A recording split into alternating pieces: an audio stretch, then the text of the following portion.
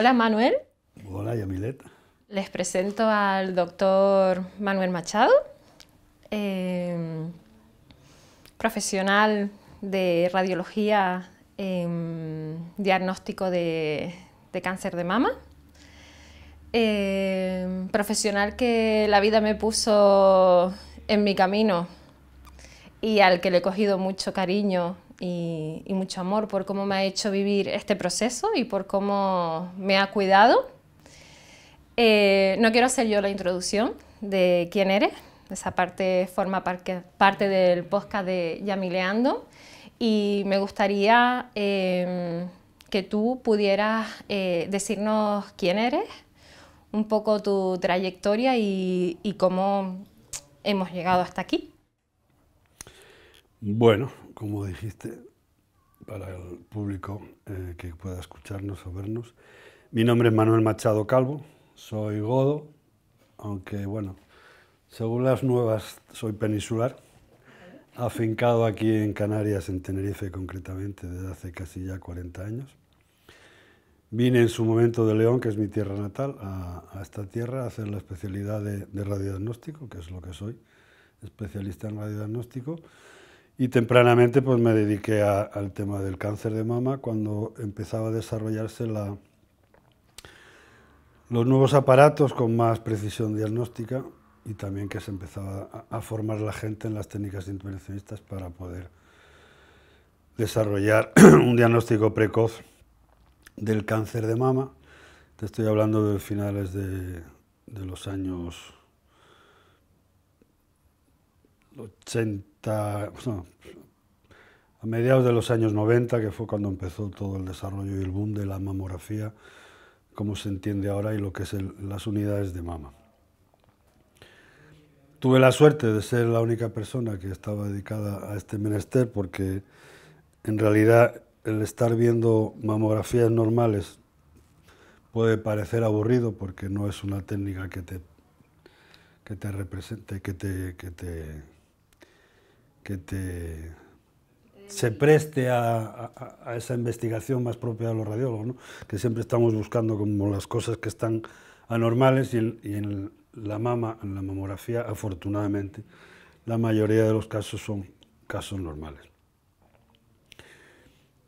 Con el desarrollo de las técnicas intervencionistas y el desarrollo de los programas de cribado por las comunidades autónomas, tuve la suerte de participar en el comité asesor y del comité técnico de lo que es el programa de screening de la Comunidad Canaria, donde estuve trabajando también como segundo lector durante una temporada. Fui jefe de sección de la unidad de mama del Hospital Universitario de Canarias hasta hace 3 años y medio, casi 4, que me pedí la excedencia y ahora mismo solo estoy en el ejercicio de la medicina privada en el Centro de Mama de Tenerife, del cual soy director y propietario, y participo un par de veces a la semana en la Clínica Quirón, donde estoy colaborando para poner en marcha, que ya está en marcha, el proceso del tratamiento del cáncer de mama a nivel privado. Llevo más de 25 años más dedicado exclusivamente a lo que es el diagnóstico del cáncer de mama. Y a lo largo de todo este tiempo pues he podido ver muchos casos. Creo que soy una persona reconocida en este medio, no tanto por los compañeros médicos, que también, sino por las pacientes asistidas, porque bueno, les dedico un tiempo que en estos días que corremos creo que es más importante que ser más listo o menos listo. No sé si queda un poco subido de tono, pero es la realidad, es lo que hay. Sí. Quiero hacer especial hincapié en esta parte, ¿no? En el mundo de la medicina, lo importante que es dedicar ese tiempo y ese soporte al paciente, ¿no? Más cuando nos estamos dedicando a temas tan importantes como puede ser la detección de un cáncer, ¿no? O de un cáncer de mama. Yo siempre digo que para mí eres la primera estrella que me encontré en este camino, Este podcast va de las estrellas. De estrellazo, y de estrellazo también.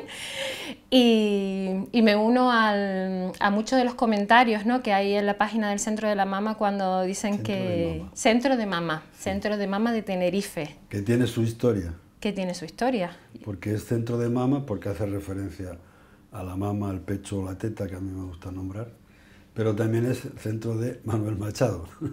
¡Anda! El Centro de Manuel y Mayra, que era mi compañera en ese momento y sigue trabajando conmigo, aunque desde otro aspecto. Entonces tiene ese punto de... Entonces por eso es Centro de Mama, no es Centro de la Mama. O sea que cogiste un jueguito de palabras sí, ahí de interesante. No lo dudaba. Hablaba de la importancia, ¿no?, de cuando te dan un diagnóstico, sea el tipo que sea, pero mayormente cuando es un diagnóstico de esta índole, de la importancia que tiene y la responsabilidad afectiva, ¿no?, que tiene el médico que está dando esta noticia a una paciente que posiblemente, como fue en mi caso, pasaba por allí a una prueba rutinaria para irse a trabajar, ¿no? Y de repente... Yo creo que una de las principales misiones del médico, como médico, el médico que tiene vocación de médico, de servir a los demás, es tener ese punto de servicio y de empatía para con las pacientes. Da igual que sea una gripe, da igual que sea una neumonía o que sea un cáncer, ¿no? Tú estás ahí para acompañar, aconsejar y a veces ser un paño de lágrimas para que la persona que está padeciendo ese proceso, el que sea, poder tener a alguien en quien apoyarse y depositar la confianza de que todo va a salir bien. Incluso en los casos de que todo no sale bien, hay que tener esa persona al lado que te lo sepa acompañar y que te sepa orientar para que tú hagas tu proceso, ¿no? Pero es fundamental para mí, que creo que en la sociedad en la que estamos viviendo, no solo a nivel de la medicina, sino a nivel de otras muchas profesiones, la empatía, el ponerse en el sitio de los demás es una cosa que se está perdiendo. Yo creo que con eso se nace. Hay gente que puede ser muy buen profesional, pero si no nace con un fondo empático, al final va a ser un médico más, un buen técnico de la medicina, pero no va a tener ese chance con los pacientes que tiene alguna otra persona que tiene ese punto de empatía, ¿no? De saber estar, apoyar, hacer un chiste en el momento que tengas que hacer para sacar esa sonrisa y quitarle hierro al asunto, ¿no? Como te digo, eso se nace y yo tuve la suerte de nacer con eso y yo creo que en la vida el universo te va conduciendo hacia tu propósito de vida, que muchas veces no sabes cuál es hasta que pasa un tiempo y dices, coño, pues yo por esta razón me tenía que dedicar a esto, ¿no? He acabado dedicándome. Yo cuando iba a hacer la especialidad tenía dentro de mi orden de prelación primero ginecología, segundo anestesia y tercero radiodiagnóstico. Al final, por circunstancias que no había plazas o que las plazas donde quedaban pues no me atraían, pues me cogí radiodiagnóstico y al final de todo he dedicado a trabajar haciendo diagnóstico para la mujer, ¿no? Entonces, bueno, de alguna manera yo ya estaba enfocado y al final vas encontrando tu propósito de vida, que en mi caso es ayudar a la mujer en el tema, digamos, del diagnóstico de un proceso, ayudarle un poco a aceptarlo y acompañarle en este proceso y también un poco darle esas pinceladas para que hagan un poco el cambio de chip que yo creo que es necesario, porque desde mi punto de vista la enfermedad no es sino, a grosso modo, y hay que ir a cada caso, la expresión de que hay algo dentro de nuestro cuerpo que no está bien, hay una desconexión entre lo que pensamos y lo que sentimos por muchas causas y al final el cuerpo termina respondiendo de una manera. Puede ser un cáncer, puede ser una alergia, puede ser otras muchas cosas. Esa es mi opinión. Sé que algunos compañeros probablemente no estén de acuerdo, pero España de momento estamos en un país libre y se puede opinar. De momento. Me encanta que digas esto, Manu, y que des esa importancia a la parte emocional y que hagas referencia cuando interiormente no nos sentimos o no estamos en disposición de poder acceder, ¿no?, a ese desequilibrio que hay entre lo que pensamos, lo que hacemos y lo que sentimos, pues es verdad que se ve muchas veces, y lo ven los médicos y lo vemos los psicólogos, cómo las personas manifiestan diferentes síntomas, ¿no?, que al final no es más que como el cuerpo queriendo expresarse, ¿no?, de alguna manera, de todo lo que no puedo decir, o el lugar donde me puedo posicionar, o cuando estás metida dentro de una relación que las cosas tampoco van bien, ¿no?, y donde te ves oprimida, donde te ves como el cuerpo... Sí, un trabajo, una situación familiar, una pérdida, un duelo patológico, todo eso. En mi opinión, y sé que es una cosa que ahora mismo se le está empezando a dar importancia, pero hasta hace poco eso no contaba porque no había cosas demostrables, el hecho de tener una situación de angustia, ansiedad, un estrés mantenido que eleva el cortisol, que eso ya se sabe. El cortisol elevado durante mucho tiempo, de una manera permanente, que ya en esta sociedad es prácticamente habitual, inhibe la inmunidad, y la inmunidad son todos aquellos mecanismos que tenemos dentro de nuestro cuerpo para limpiar y depurar todas las cosas, las células, los genes, los tal, que se van estropeando, ¿no? Si nosotros dejamos que esa basura se acumule, en algún momento alguna célula se puede disparar y fallan los mecanismos correctores de eso, y al final, pues si encima estamos metiendo alimentos que están pues muy procesados, con la cantidad de conservantes que tienen, de esos, ¿cómo se llaman? De los estabilizantes, los esos, no sé qué, todas esas cosas, más los pesticidas, más los metales, más tal. Si el cuerpo le mete mucha basura y no tienes un mecanismo de limpieza, al final eso sale por algún sitio. Entonces, en mi opinión, no quiero decir que con esto que la gente que está estresada va a tener un cáncer, no, pero que sí, la gente que tiene un estrés mantenido, al final el cuerpo le va a salir por algún sitio. Y lo vemos habitualmente. Te puede dar un infarto, te puede dar un ictus por la tensión alta, te puede salir un cáncer, o colaborar en que ese cáncer se desarrolle. El método científico está muy bien, pero hay cosas que el método científico no puede demostrar a ciencia cierta, ¿no? Porque la variable, en este caso del estrés, es muy difícil de cuantificar. Tendríamos que estar sacándole cortisol a todo el mundo y ver qué nivel de cortisol mantenemos durante el tiempo, si la media y qué media es. Entonces, eso prácticamente no va a haber ninguna gente que quiera hacer ese tipo de estudios, pero vamos, que yo creo que a nivel coloquial o de la gente, sabemos que la gente que está estresada al final termina padeciendo alguna patología. Entonces sí, es verdad que yo quiero hacer hincapié, y de hecho en mi experiencia personal, cada vez que yo diagnostico un cáncer, investigas un poco, hablas con la paciente, le preguntas, pues siempre hay algún, no siempre en todas, pero casi siempre hay algún detonante, que ha habido, pues eso, un duelo patológico, una pérdida que no hemos sabido elaborar, sea un hijo, sea un marido, sea una madre, una relación insatisfecha que no cumple las expectativas, gente que a lo mejor son demasiado controladoras y que no tienen esa tolerancia a la frustración, y cuando al final pues esa frustración que no tienen, que no saben controlar, genera una angustia mantenida, y todo eso siempre eleva el cortisol, y cuando el cortisol está alto, pues es la enfermedad de esta civilización, ¿no? Yo me acuerdo que cuando yo empecé en esto, que había lo que es ahora la España vaciada, ya no era tan España vaciada, había mucha gente que vivía en los pueblos y que se respiraba un ambiente tranquilo y había mucha paz, y de hecho, cuando la gente, los veranos, iban al pueblo de sus padres o de la familia a veranear, pues volvían regenerados, ¿no? Porque habían estado en esa calma, en esa paz y en esa tal, olvidándose del estrés continuo de la vida de la ciudad. Y eso es a lo que yo creo que deberíamos tender. No te digo que vayamos al pueblo, pero sí intentar que ese estrés no nos maneja a nosotros, sino manejarlo nosotros. Y si no podemos, gracias a Dios, hoy día existen un montón de profesionales, como es tu caso, de psicólogos que están metidos en este mundo de ayudar a que esa salud mental, que tanto está de boga hoy en día de nombrarla, pero que no se ha hecho mucho por ella desde las instituciones oficiales, pues que la gente que no puede o que no es capaz de controlar, que sea capaz de acudir a algún sitio para que le puedan ayudar, por lo menos a conocerse y a saber cuáles son los detonantes y a ver cómo puede ella controlar ese tema.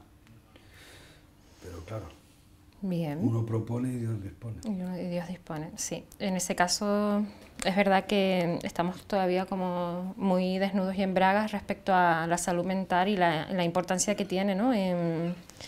Siendo los fármacos más vendidos en España, los en España y a nivel mundial. Y a nivel mundial, ¿no? De antidepresivos y ansiolíticos. Es curioso que para alguien poder optar a una salud mental pública tenga que tener tantos tropiezos, ¿no? Que desde que llegas a tu médico de cabecera y si tienes suerte de llegar a un profesional de la salud mental, como puede ser un psicólogo o un psiquiatra, pueden pasar meses, incluso años, ¿no? Y ahí también el índice de suicidios que se da, ¿no? De la gente esperando por poder ser atendidos en... No, y sobre todo ahora en los adolescentes, que eso es una cosa que es flagrante, ¿no? Es verdad que las instituciones públicas son deficitarias en muchas cosas, no solo en salud mental, sino tal. De hecho, las listas de esperas que están en todos los sitios son por algo, ¿no? Son porque faltan profesionales y faltan medios. Es verdad que a lo mejor, en mi opinión, yo creo que está mal orientado el sistema sanitario en general, porque estamos orientados a curar el síntoma, a curar la enfermedad, y no estamos haciendo hincapié en lo que es la prevención de la salud, en el sentido de salud, de ayudar a la gente a que sea saludable, que tenga hábitos de comida saludable, que haga ejercicio, que tenga hábitos mentales saludables, que se deje de tanto Instagram y de tantas redes sociales que al final lo que te hacen es desear cosas que no tienes aquí en el día y estás en un estado de tal. Entonces yo creo que se debería hacer más hincapié, eso le corresponde al Ministerio de Sanidad, supongo, pero también al Ministerio de Educación. Educación tendría que formar a los chicos y a los jóvenes para que tengan hábitos de vida saludable. Evidentemente todo esto son elucubraciones mías que son compartidas por mucha gente, pero que no tenemos capacidad para influir en esas políticas a ese nivel. Entonces, bueno, lo que podemos hacer es a nivel local o de nuestro entorno, pues intentar arreglar algo de eso. Pero al final también digo que cada uno tiene su camino y por mucho que tú le digas a una persona que haga esto o deje de hacerlo, si esa persona no quiere, no lo va a hacer. Entonces no podemos sino bueno, desear que haya muchas posibilidades como de ti, de gente que se dediquen a estas cosas y que sean capaces de influir en eso y que la gente pierda el miedo a acudir a un psicólogo porque tenga algún problema de que no se encuentra a gusto consigo mismo. Yo no te voy a decir un problema de salud, sino que yo no estoy a gusto. ¿Qué me pasa? Arrastramos carencias desde la infancia, un montón. Hay gente que al final somos capaces de ser conscientes de esas e intentar solucionarlas de una manera o de otra. Y hay gente que no las reconocen y van dando palos de ciego y se van dando contra la pared, se van enfermando. ¿Qué me pasa? Y al final, pues si no terminan en manos de un profesional, no lo van a poder hacer.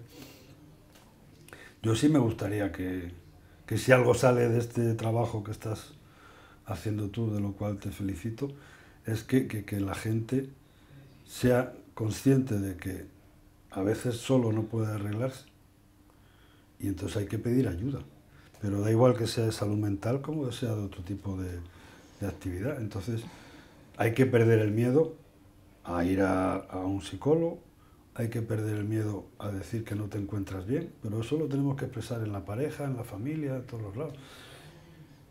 Y hay mucho miedo a decir las cosas porque tenemos ese punto de ego, de querer quedar bien o de no querer ser espejo de algo que nos puede bajar la apreciación de los demás, o ese ego que es el que al final nos lleva mostrarnos vulnerables. De escollo. Y entonces, bueno, mostrarse vulnerable no es fácil, pero bueno, nadie es perfecto, nadie es Dios, nadie tiene la solución de todo, ¿no? Sí, además que es cuando te muestras vulnerable, cuando puedes encontrar diferentes formas, ¿no? De co-crearte y de saber quién eres, de saber dónde están tus partes más poderosas y también tus partes, pues las que tienes que hacer mayor énfasis de trabajar, ¿no? Y de poder ver para poder optar, pues eso, a una buena salud mental. Como decía Jung, que es mi psiquiatra, psicólogo preferido. John es grande. Si no conoces tu sombra, nunca podrás ver tu luz. Nunca podrás ver tu luz. Entonces yo creo que lo que tenemos que hacer en la vida, ya independientemente de la salud, es intentar conocernos a todos los niveles, nuestras luces y nuestras sombras, darle luz a la sombra para que seamos la mejor versión de nosotros mismos, ¿no? Lo cual vamos a contribuir a que nuestro entorno también sea, pues, más saludable y esté más feliz. Por lo menos nosotros estaremos felices, el entorno ya tampoco lo podemos controlar a todos los niveles, ¿no? Y después de esta filosofía que nos hemos metido... A mí cuando me diagnosticaste y cuando entré dentro de todo este proceso, recuerdo que pasé un momento pero fue muy chiquitito, ¿no? De quedarme un poco descolocada y entrar en negación, ¿no? Fase de cualquier proceso, de cualquier duelo. Y enseguida quise ver el cáncer como una oportunidad de poder mirarme qué es lo que me había pasado y yo no me había dado cuenta y qué es lo que él venía a enseñarme, ¿no? Yo desde siempre lo llamé como un maestro en el que poder apoyarme para dejar de repetir esos patrones quizás o esos mecanismos que desde que somos chiquititos, como bien decía, venimos arrastrando y nos hacen a día de hoy pues actuar como perfectos autómatas sin darnos cuenta de que quizás esos son solo todas las corazas que hemos tenido que ponernos en un medio tan hostil para vivir y no darnos cuenta de lo que de verdad somos en realidad, ¿no? El día que yo me miré en el espejo y fui capaz de decir tengo cáncer, que fue ese mismo día cuando me diagnosticaste y me miré y me dije que me aceptaba y que aceptaba el proceso como viniese,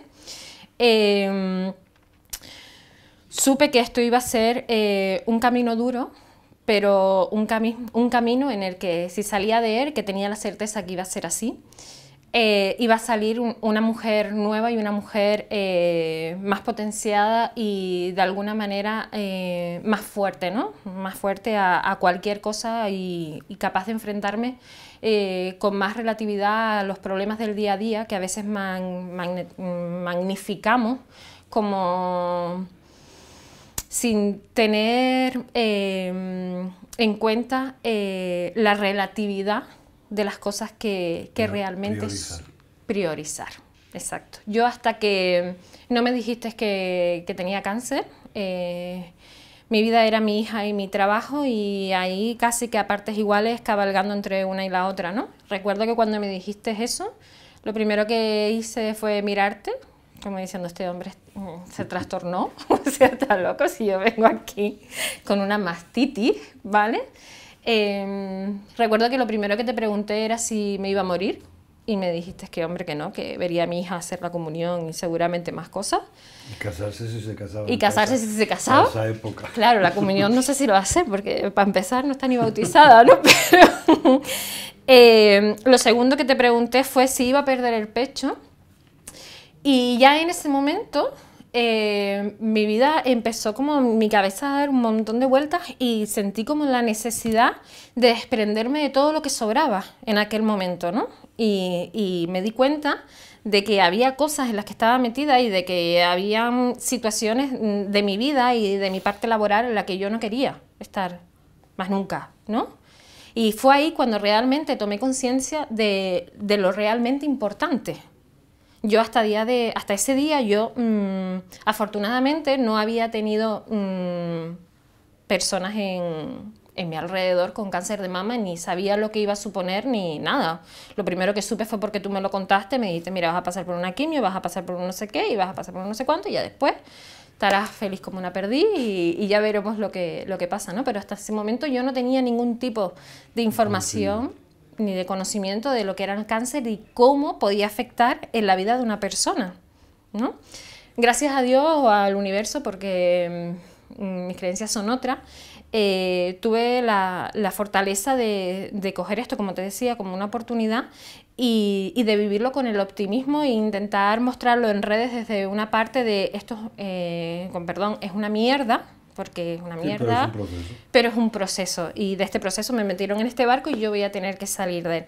Me encantaría que desde aquí, Manu, pudiésemos dar como unas pautas para hacer buenos diagnósticos precoces, a la hora de que las mujeres, ¿no? Porque antes parecía que hasta que no tengas 50 años no estás expuesta a que tengas un cáncer, y ahora, pues como es mi caso, que me diagnosticaron con 36 años, pues... A ver, en todo, en la vida hay mucha serie de hábitos adquiridos y de informaciones que están ahí como si fuera un dogma, ¿no? Dentro de los médicos, dentro del estamento sanitario, también hay esos fallos.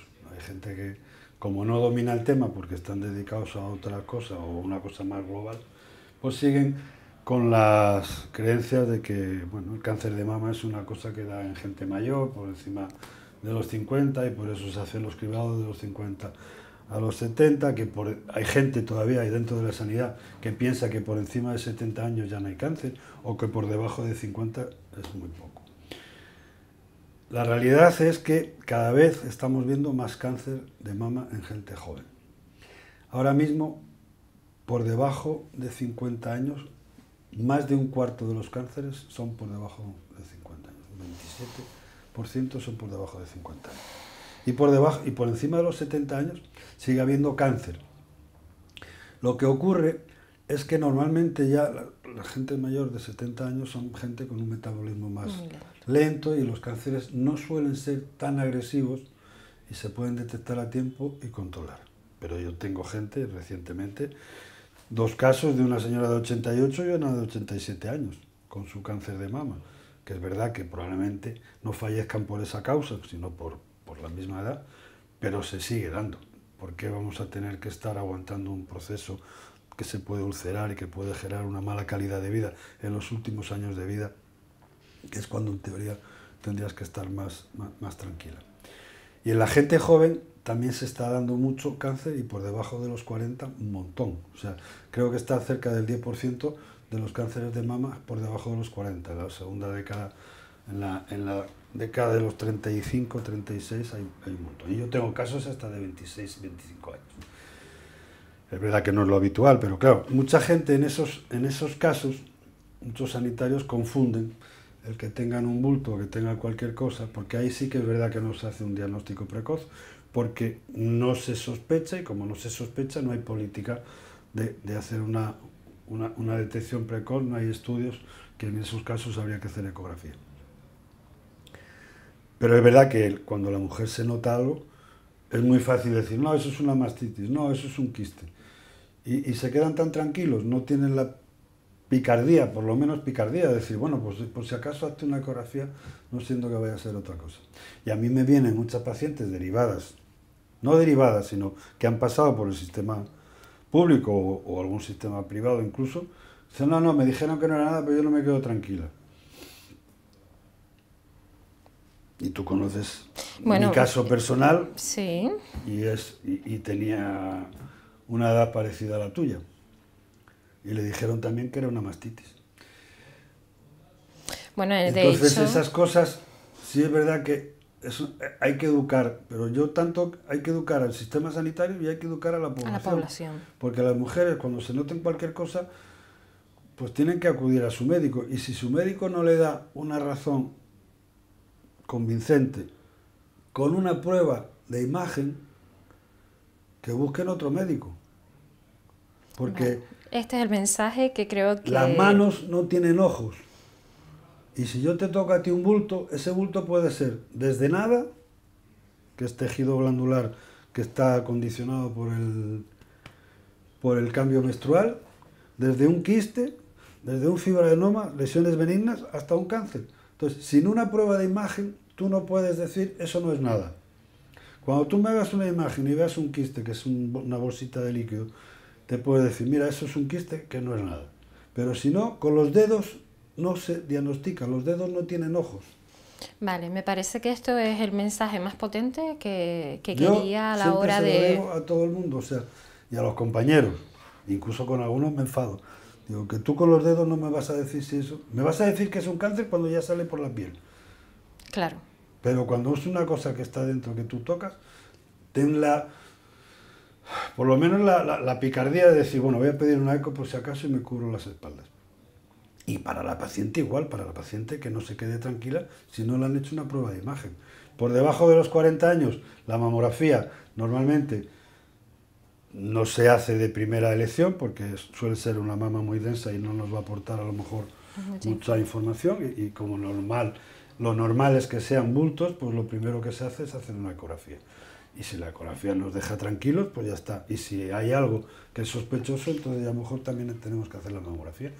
Pero ya digo que con los dedos no se hace nada. Y por eso también el tema de la autoexploración, que ya está cuestionado en muchos sitios y ya están empezando a hacer apariciones, papeles, papers, publicaciones de que la autoexploración no sirve para nada y lo más que sirve es para confundir a las pacientes y darle la lata a los médicos.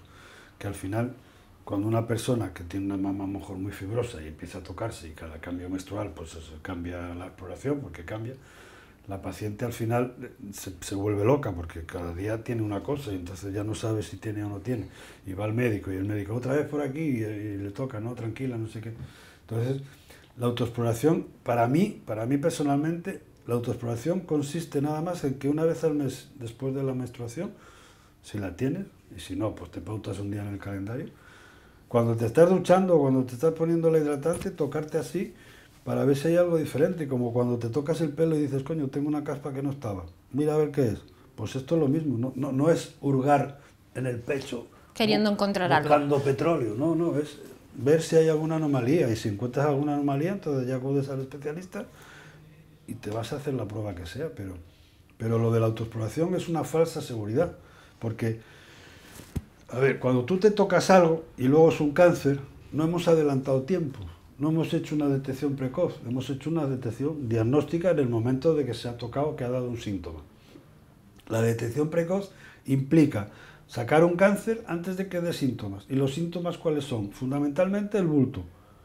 El dolor es inespecífico, puede ser de un cáncer o puede ser de otra cosa. Entonces, el síntoma principal es el bulto. Puede haber también lo de la piel de naranja, que eso ya tampoco hemos adelantado nada, porque cuando hay una piel de naranja y está afectada la piel, quiere decir que hemos perdido tiempo. Y la secreción sanguinolenta, que ese sería un síntoma que habría que mirar. Secreción sanguinolenta. Sanguinolenta. Venga, explícanos para las personas que te estamos escuchando. No, cuando hay a veces secreción las mujeres, a través del pezón. A través del pezón, pues pueden expresar un líquido pues amarillento generalmente, un líquido transparente, a veces es un líquido más oscuro, más incluso de color verde, que los he visto yo, así, porque es por oxidación de la secreción dentro de los conductos. Cuando hay un papiloma, a veces el papiloma hace que sangre y ese papiloma, esa sangre ahí dentro se pone oscura como pichi, entonces es una secreción muy negra. Ahí nos suele indicar un papiloma, pero cuando hay una secreción sanguinolenta puede ser un papiloma o puede ser un cáncer. Es muy raro, pero puede darse. Pero que el síntoma principal es el bulto.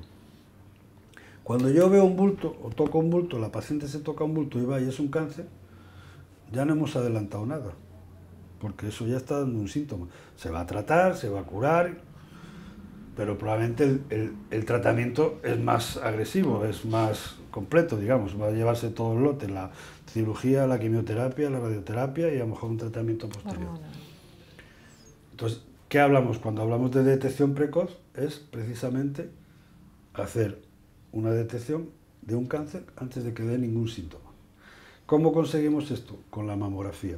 Con la ecografía en las mujeres de menos de 40, con la mamografía en las mujeres de más de 40. De 40 a 80 años acaba de salir un papel en la revista Radiology, que es la top de las revistas en radiología y en cáncer de mama, de consenso de todos las sociedades americanas de cáncer y todas esas cosas, que hay que hacer una mamografía de los 40 a los 80 años. Que era una cosa controvertida, porque decían que bueno, que si tal...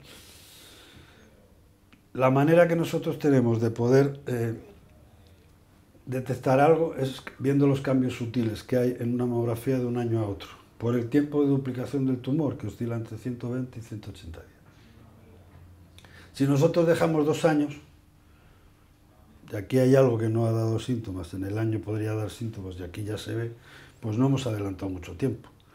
Es verdad que con las edades que te digo, de 50 a 70, que es lo que hace el programa de cribado, que es cada 2 años, pues vamos a coger en un porcentaje grande tumores en un estadio inicial, sin que haya afectación. Los programas de cribado vienen de una directiva europea y se basan en resultados estadísticos, objetivos, y tienen unos objetivos que son X. Pero a ti como paciente o a la otra persona como paciente los resultados estadísticos le importan un carajo. Lo que le interesa es que le detecten el cáncer lo antes posible para que su tratamiento sea menos agresivo y tenga más pronóstico, un pronóstico más favorable. Pero como estos son epidemiólogos, juegan con esas cosas. Yo no estoy en contra del cribado, menos es nada, pero hay que también tener un poquito de criterio y no decir, como se dice por ahí, que no, que el intervalo tiene que ser cada 2 años, que la mamografía radia mucho. Eso es una butad que dicen los franceses. La mamografía te da la misma radiación que cuando tú haces un vuelo diario, un vuelo por el día, de aquí a Londres, 4 horas de avión, te dan la misma radiación que una mamografía. Y cuando la gente vuela nadie se preocupa de la radiación. Curioso, ¿no? Ni los pilotos, ni las azafatas, ni nada. Entonces, que no me digan que tal. No hay ningún caso publicado de ninguna mamografía que haya hecho cáncer. O sea, de ningún cáncer que se haya producido por mamografía. Teóricamente, para que tú, una mamografía te haga un cáncer, necesitas que te hagas más de 1 millón de mamografías. Y nadie se va a hacer eso. Haciendo lo que dice la revista esta, el paper, de los 40 a los 80 son 40 mamografías. En tu vida. Eso no... No va a implicar un cambio. Y el beneficio que lleva es muy grande. Es bastante alto. Que también es otra cosa, a ver, que yo defiendo esto porque es una cosa que me parece lógica, pero también entiendo y defiendo a las mujeres que no quieren hacerse nada. Hombre, por supuesto, en el ejercicio de su libertad responsable, si tú no quieres hacerte nada, lo entiendo perfectamente. Tú llega un día que te vas a tocar algo, se te va a tratar igual de bien y probablemente te vayas a curar. Pero no puedes luego venirme diciendo, ay, si yo hubiera, ay, si yo hubiera. Yo creo que también Pero en eso en toda la vida, o sea, no para el cáncer de mama, sino sí. para todo. El regular la vida de la gente no me parece nada aceptable, porque no lo acepto ni para mí. Pero yo ejerzo mi libertad con responsabilidad, no me quejo de lo que luego no he hecho. Claro. Cada uno que haga luego lo que quiera, pero si queremos hacer la cosa bien, pues hay que hacerlo como hay que hacerlo. Y la técnica de la avestruz tampoco me vale. Ay, no quiero ir por si acaso. Sí. Porque si me ven algo... Ya. Pero eso no arreglamos nada. No empeoramos en todos los casos. Sí, y sobre todo personas más mayores, ¿no? Yo creo que la juventud... No, y jóvenes también. Sí, también. Sí.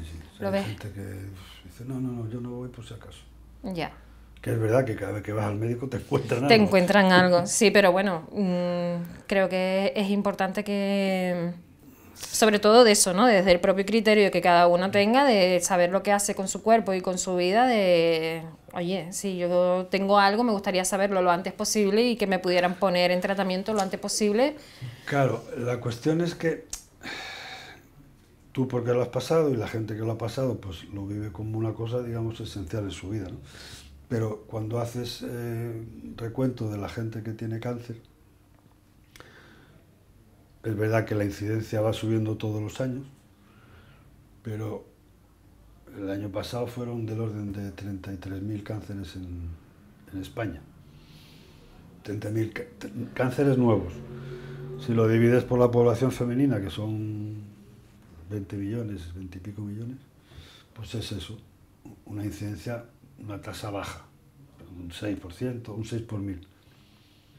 Claro, ¿qué pasa? Que hay mucha gente que ha tenido cáncer y que está viva. Y esa gente, por lo menos hasta los 10 años, no le dan el alta, con lo cual en 10 años, habiendo un tal, pues a lo mejor podemos tener una prevalencia muy grande de gente con cáncer de mama. Que claro, su entorno lo vive también, entonces están con el eso tal, pero que claro, cuando tú lo ves, dices, ¿cuánto cáncer? No, pero no hay tanto cáncer. Solo hay una de cada 9 mujeres en nuestro entorno, una de cada 9 va a tener cáncer a lo largo de la vida. A mí me parece mucho, Manu. Me parece como... Es una de cada 9, una de cada 10, depende de tal. teniendo en cuenta que en la población general el 50% de las personas van a tener un cáncer, Ya, baja la probabilidad en cuanto a que sea de mama, pero en cáncer me refiero a los de más cualquier tipo. benignos, Vale, incluyendo todo tipo de cánceres, que algunos son una chorrada, nunca son chorradas, pero son de buen cánceres con pronóstico. un buen pronóstico. Y 1 de cada 4 va a morir de cáncer.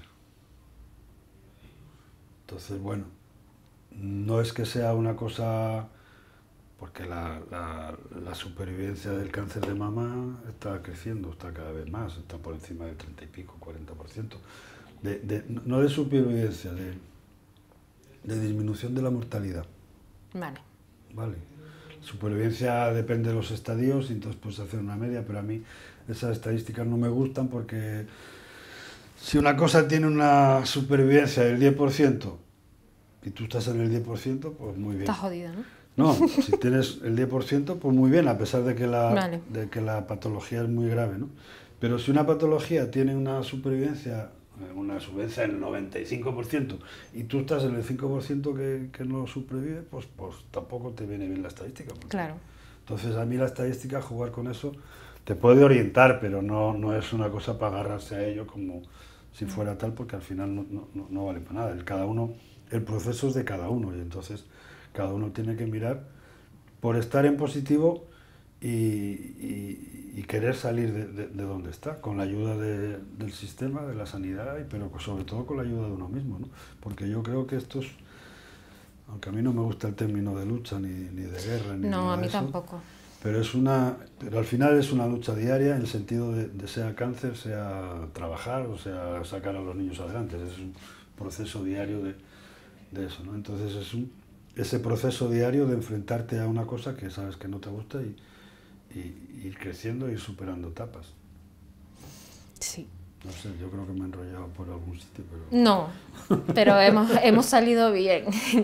Respecto a eso que mencionas, Manu, me parece súper importante cómo vive el paciente esto, ¿no? Y en los casos que tengo cerca, porque al igual que te digo que cuando entré en este proceso yo estaba sola ante el mundo, ahora es verdad que estoy metida en una red, ¿no?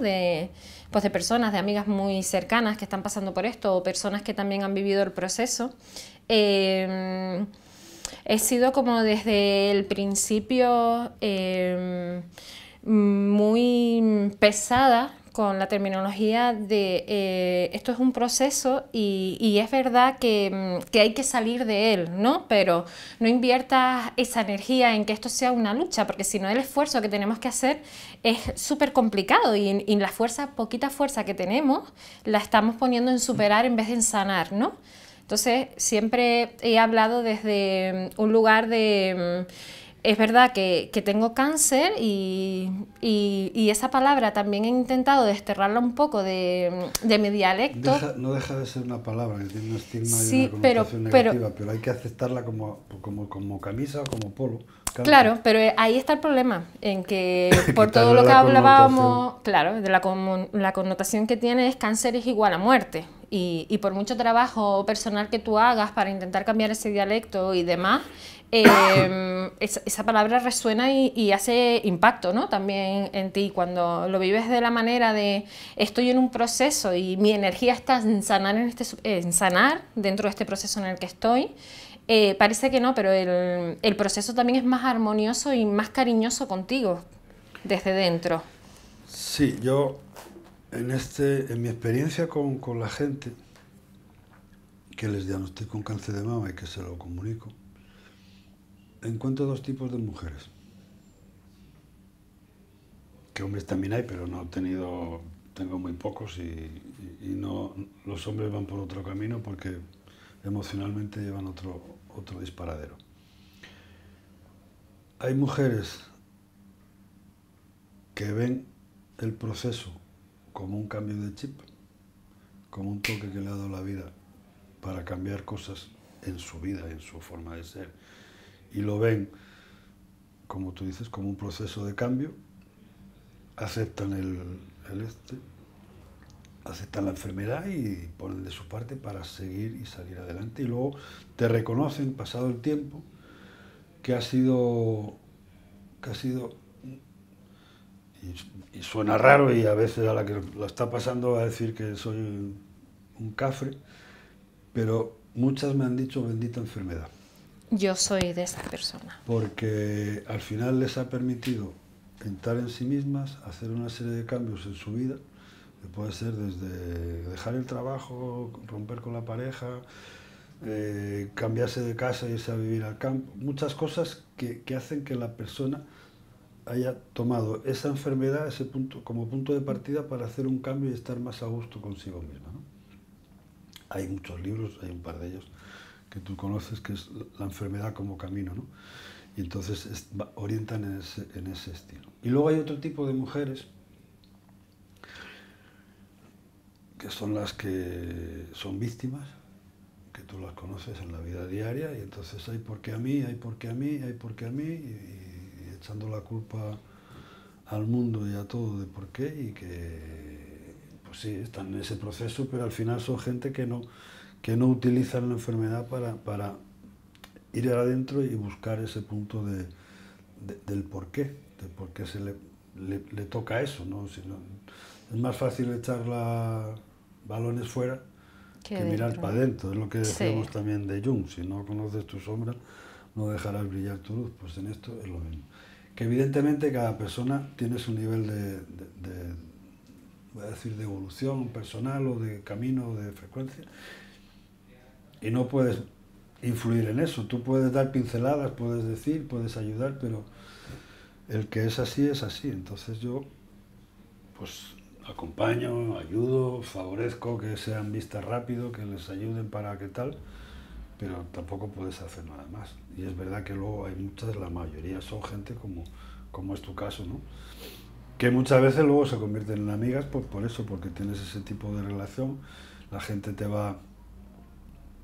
se sienten agradecidas en cierta medida porque a pesar de la putada que les haces, con perdón por la palabra, que no es correcta políticamente, a pesar de darles un taponazo fuerte, porque les cambia la vida a partir de ese momento que tú les dices tienes un cáncer, pues con el tiempo te dicen, coño, pues gracias a que vine y gracias a que tuve eso, ahora soy más feliz, ahora tengo otras cosas. Entonces, a mí me encantaría lanzar a esas mujeres que se quedan en ese y por qué a mí, y ¿no? Buscando como la culpa o la responsabilidad fuera, que hiciesen un cambio de por qué a mí y lo cambiaran para qué a mí, ¿no? Porque dentro de ese cambio de pregunta, cuando yo me pregunto para qué me pasa esto, de alguna manera me siento en mayor disposición de poder hacer un cambio y asumir una responsabilidad dentro de este proceso, ¿no? No te quiero quitar más tiempo, pero Manuel. eso que tú dices de para qué a mí... ¿Para qué me está pasando esto, no? ¿Qué puedo aprender? Pero eso es una pregunta que nos deberíamos hacer todos en la vida cuando tenemos situaciones tanto buenas como malas, porque cuando son buenas dices tú, ¿y para qué me toca a mí ahora la lotería? ¿Qué voy a hacer yo con esto? ¿O para qué me pasa a mí esta enfermedad? ¿Qué tengo que aprender? ¿Qué tengo que aprender? Pero hay gente que nace aprendida, todo ya lo sabe, entonces es ¿por qué? No es para qué. Y eso no lo va a cambiar, porque tú sabes que la evolución de cada persona es la que es. Sí. Y me alegro mucho de haber estado aquí. Me has dejado explayarme. Te he dejado explayarte y además me encantaría. Cosa que hago yo habitualmente.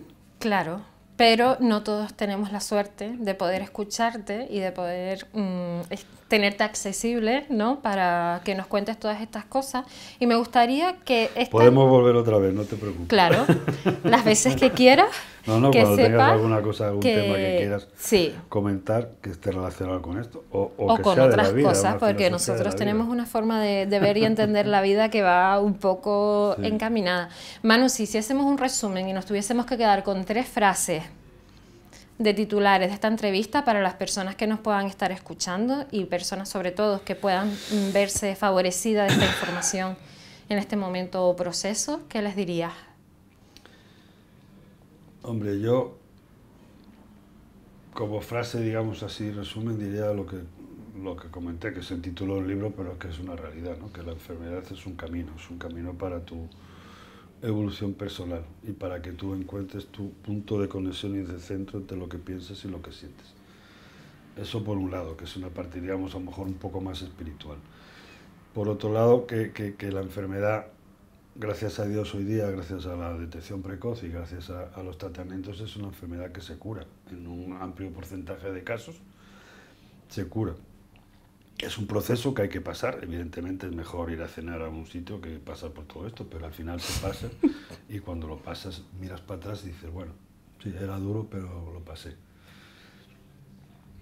Y otra cosa que me quedó ahora muy clara cuando te dije lo de la exploración, ¿no? Que nadie, ninguna mujer, se quede con la idea de que si le tocan y le dicen que no es nada, que se pase de que busque a otra persona. Sin una prueba de imagen, con los dedos nadie te puede decir que eso no es nada. Bien. Eso por encima de todo. Y como decimos en mi lema del centro, no se puede prevenir, pero si lo detectamos a tiempo, se puede curar. Pues Manuel, muchísimas gracias por estar hoy aquí conmigo. Gracias a ti por esta oportunidad de hablar, que nunca tengo tiempo. Me encanta que estés aquí. Por supuesto que hago como última reflexión a toda la gente que nos escuche. Chicas, por favor, lo dije en mi fiesta de sanación de cáncer y lo dije para mí, lo dije para sus parejas. Por favor, explórense, por favor, sean inquietas, no se queden con lo que primero que le dicen. A mí también me dijeron que era una mastitis, a mi mejor amiga le dijeron que era una mastitis. No sean conformistas con los deditos y siempre vayan más allá, que los miedos se pueden vencer, pero quizás la enfermedad muchas veces ya la cogemos en estados más tardíos y las cosas se nos pueden complicar un poco. Gracias. Y con esto, pues... Yo me bizcocho hasta mañana a las 8. Exactamente.